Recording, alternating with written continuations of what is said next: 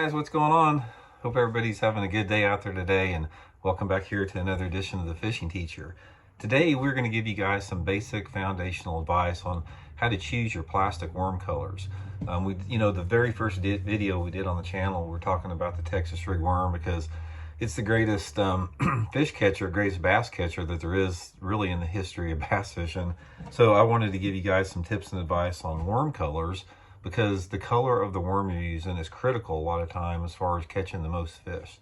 So basically if you look at any tackle store, especially like in the soft plastics area where the worms are, it's intimidating because there are just walls and walls and walls of different styles and different colors on there. There's hundreds of different colors.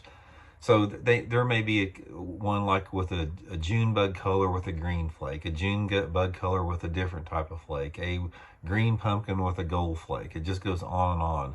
But the point I want to try to make in this video is don't get wrapped up too much in the specifics as far as the fine, differences or the subtle differences in worm colors. Yeah, everybody's going to have their favorite, and you may find one that you got a lot of confidence.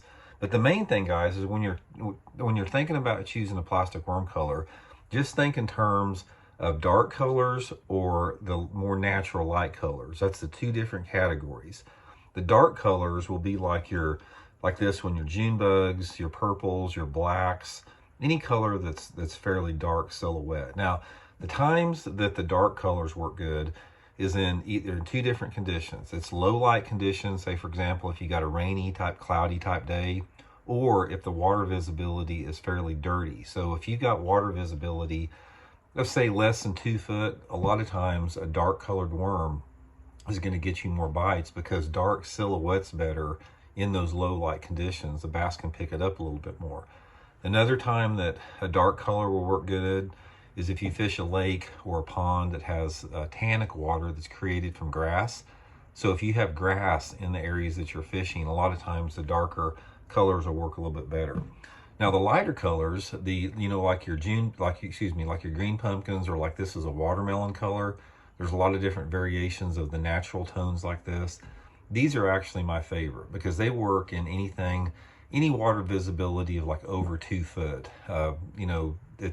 To me, it's just a lot more natural looking presentation. It looks more like a worm. And I've probably caught, out of all the plastic worm fish I've caught my entire life, I bet probably 75% of them have been on some type of a natural color like this, and 25% on the darker colors.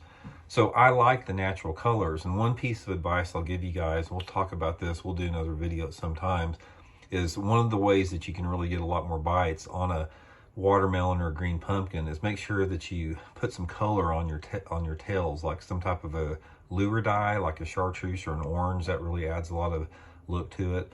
We'll do a video on it. I'll give you more specific details. But anyway, the point is think in terms of natural or dark, and let your water visibility and your sunlight conditions dictate which ones you choose.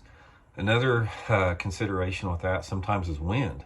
Sometimes on windy days, like if you got something that's breaking the surface up, a dark colored worm will work a little bit better. And on those days where you don't have hardly any wind at all, and if you've got fairly bright conditions, the more natural tones will work, even if that water clarity is sort of marginal, like it's less than 2 foot. Sometimes you can catch them on the green pumpkin and watermelon too. But anyway, guys, that's the two primary colors, just your darks and light. Think in those terms right there, and just choose accordingly for which one you have. And a lot of times, ultimately, you just have to experiment, because even though this is sort of gives you a foundation where to begin with, a lot of times it doesn't hurt to try something that may not work, because bass don't read books. I can give you this advice out there, but there's so many different factors out there that contribute to the bass biting a lure, that sometimes it's just a matter of experimentation. So hope you guys enjoyed the tip, and we'll be back later. See you.